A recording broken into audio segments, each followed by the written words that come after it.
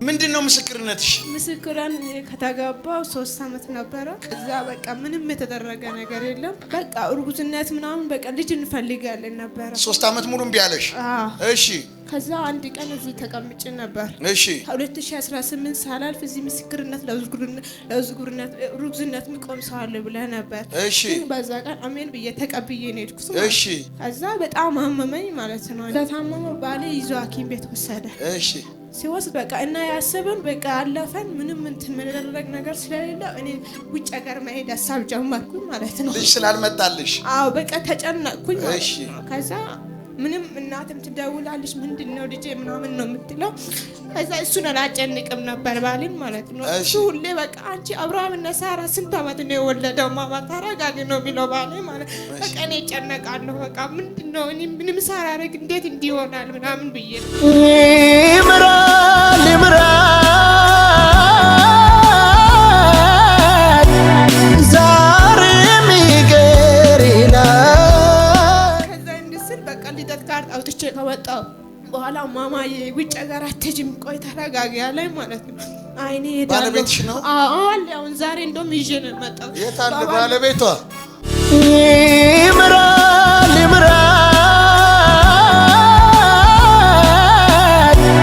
ዛሬም ይገር ይላል። ያባልቶን እኮ ነው። እንዴት ነው ነገሩ?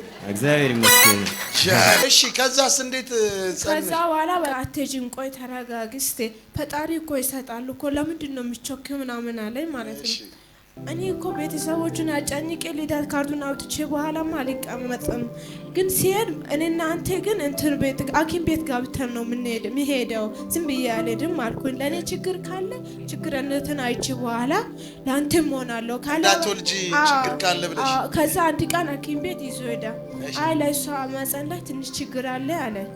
ግን እቺ ትንሽ ችግር አለ ያለኛ 15 ቀን መልሰ ይዘና አለኝ። እኔ ግን 15 ቀን ባባ ሁሌ ምንድነው ብር የምታወጣው?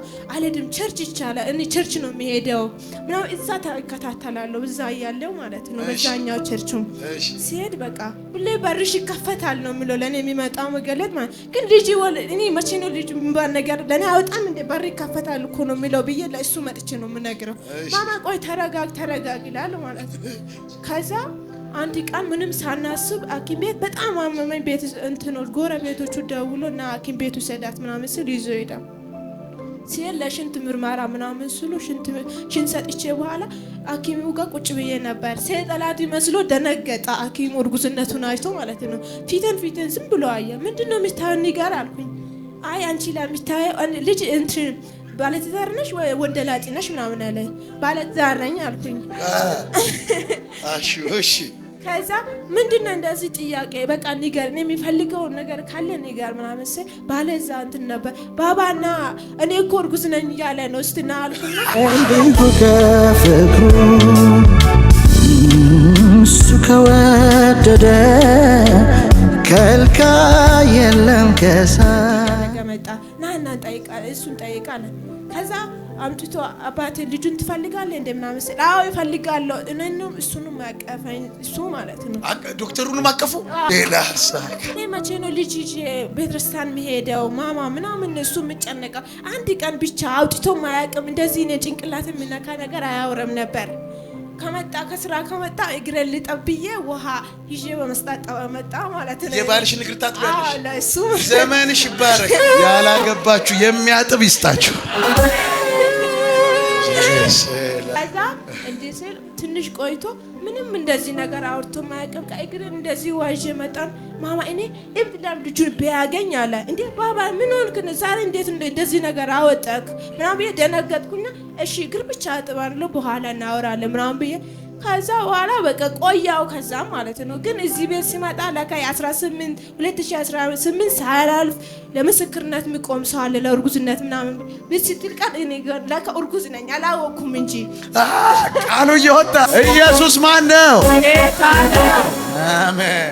ከዛ በኋላ በቃ ሐኪም ቤት እንዲያል ሌላ ደግሞ ሽንት ለምደረግ ነገር አለ ከሐኪሞች እሱ ገዝቶ መጣ ፋርማሲ ማለት ነው።